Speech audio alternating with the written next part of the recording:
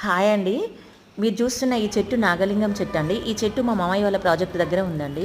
ఈ చెట్టుకు పూసే పువ్వులన్నీ శివలింగాకారంలో ఉన్నవండి. ఈ పూలతో శివునికి అభిషేకం చేయడం వలన మనం కోరిన కోరికలు నెరవేరుతాయి అనేది మాకు తెలిసిన ఒక పంతులు గారు చెప్పారనమాట.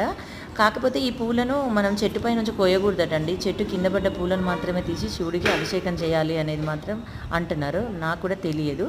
మీకు తెలిస్తే కామెంట్ చేయండి.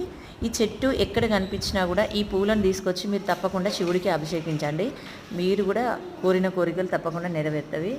చూడండి ఈ పూలు ఎంత బాగున్నాయో, శివలింగ ఆకారంలో ఆరెంజ్ అండ్ వైట్ ఎల్లో 3 కలర్స్లో ఉన్నవండి. చూడండి, మళ్ళీ ఈ చెట్టుకి చాలా మెడిసిన్ వాల్యూస్ ఉన్నాయని కూడా నేను విన్నానండి. మనం వాడే ఆయుర్వేదిక్ మెడిసిన్లో కూడా ఈ చెట్టును అంటే ఈ చెట్టుకు సంబంధించినవి వాడతారు అనేది కూడా నేను విన్నాను. మీకు తెలిస్తే మీరు ఎక్కడైనా చూస్తే ఈ చెట్టును కామెంట్ రూపంలో చెప్పండి.